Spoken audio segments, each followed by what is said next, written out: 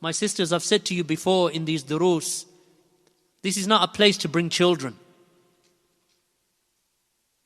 You're disturbing me, and your children are disturbing the rest of the sisters.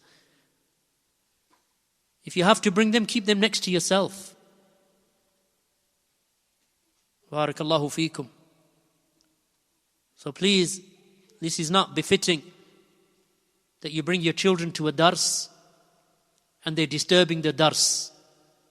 And they're disturbing the sisters who have come with their notepads and their pens and they're sitting and they're writing, and your children are running around the masjid.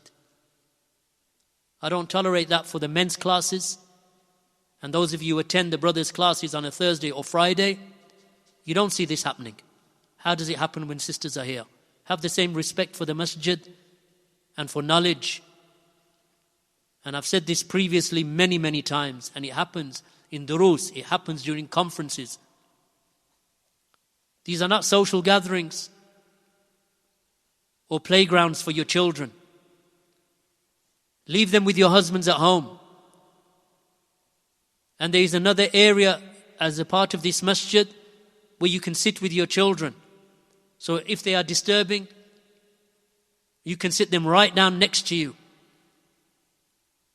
Disciplining children and teaching them good manners in the house of Allah is awla and more befitting that you teach them manners and etiquettes in the home.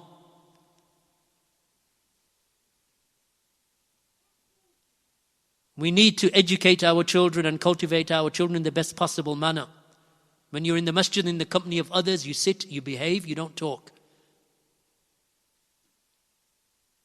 This is how you cultivate your children, so that when they are 16 and 17, they don't walk out on you and disobey you and displease you and cause you to cry and to grieve over them.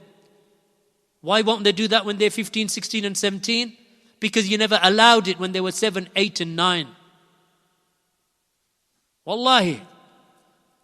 I don't say that because I know who is walking, because I can't see. I'm not looking behind me to see who these children are. I don't know whose children they are. I don't know who they are. That's not the point. The point is not to single them out and point fingers at any individuals. The point is the importance of disciplining children and teaching them good manners from a young age.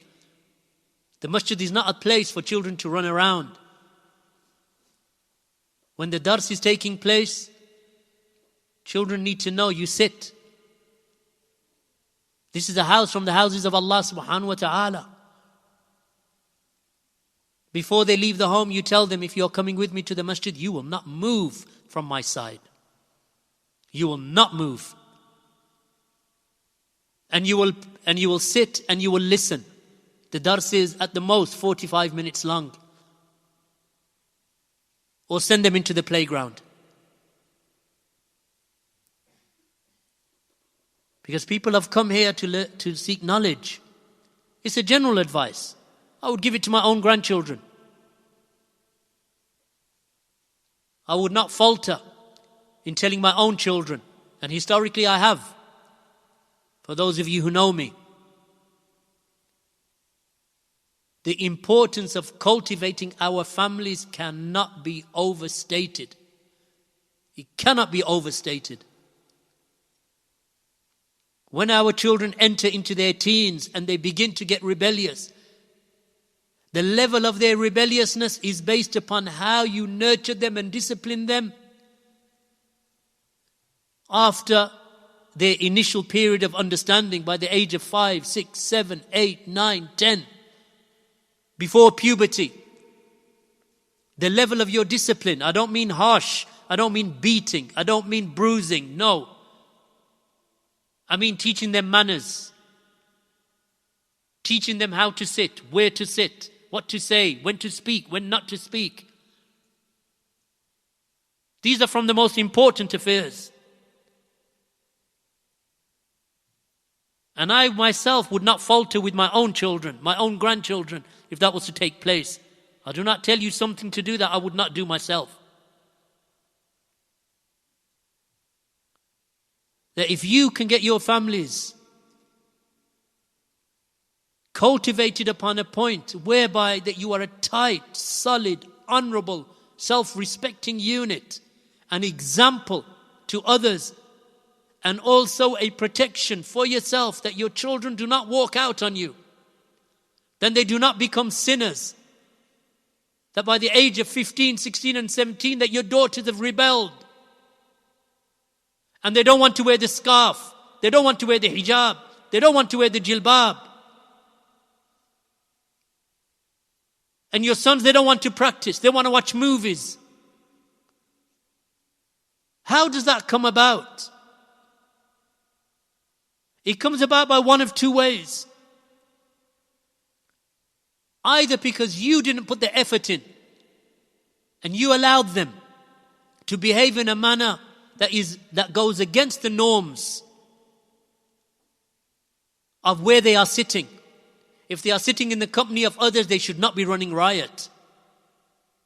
They should not be running around. They should not be talking when elders are talking. They should be silent or quiet or whispering or out of the way.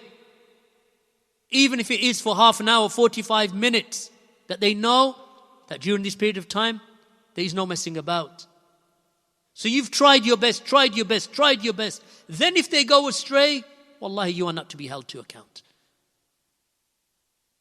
Meaning that you educated them, you cultivated them, you taught them religion, you taught them manners, you taught them not to begin eating up until mother and father have started eating. When the door is open, they don't rush in before you. They say, mother, father, you go in first, we'll come in behind you. They are the ones, even to the point that the rubbish collection is coming on Wednesday morning. Your children know, I'm not going to send my mum and dad out to put the rubbish out. I will go out. So you cultivate them and you nurture them in the religion, in the worldly affairs, in the household affairs, in making them domesticated for the house. Because then when they leave the home and they are in the company of teachers, mashayikh, the masjid, they know how to behave. Why? Because they did it at home. Why should they do any different outside? Or secondly, they will go astray because you didn't cultivate them. And you didn't pay attention. You let them get away with it. You let them shout because you felt embarrassed to correct them in public. Or you felt embarrassed to take them by the hand and say, sit down, because you feel I'll be embarrassing you. No, you won't be embarrassed and humiliated. You teach them that I did not raise you like this. Sit down next to me, don't move. Don't talk when elders are talking. These are from the manners, my sisters. You think that it's harsh. It's not harsh. What's harsh is what's going to happen when they start behaving like that among people who don't have the love that you have for them. Because society is intolerant. That's why youth, they end up behind bars and in prison. Why? Because it's not now mother or father who are judging him. Now it's the courts and it's the police. Now they are judging him. So it's not you're going to your bedroom. Now you're going behind bars. Or you don't have a home. Or you're sleeping on the streets. Because society is harsh. The big wide world is not an easy place to live in. So if you haven't cultivated and nurtured and trained your children to survive in that harsh environment, you're going to be sorry. So don't allow, barakallahu feekum, don't allow, what you see around you or how society is easygoing with their children and let them do anything, even change their gender, subhanallah. They just let them do it. You keep your children close. You educate them. You teach them. Don't move. This is a dars. Don't run around. We're about to pray. Salatul Dhuhr, Salatul Asr, Salat Maghrib. We're in the masjid. There's the Thursday dars, the Wednesday dars, the Monday dars. Whilst the dars is going on, you don't move. What is it at the most? 45 minutes? You sit for 45 minutes. If you need to go and stretch your legs, go into the playground and come back. Wallahi, it's for your own good. I've seen too many cases, heard too many sorrowful stories. Sisters who have cried and cried on the phone. I've lost my daughter. I've lost my daughter. I've lost my son. How old is his sister? 17, 16. I've lost him. I spent all my life nurturing, all my life spending. What did I do wrong? Did you bring him to the durus? No. And when you did, they were running around the masjid because they thought the masjid was a playground. The masjid is not a playground whilst the dars is going on. Not when the dars is going on. Because I didn't teach them. I didn't discipline them. I sent them to state schools.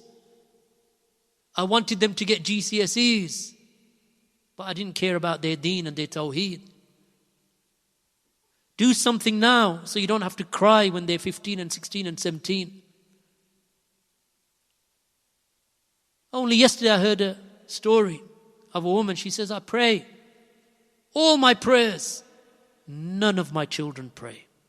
Not one of them. 6 children. Not one of them prays. Why? She said, it's my fault. I didn't pay attention when they were children.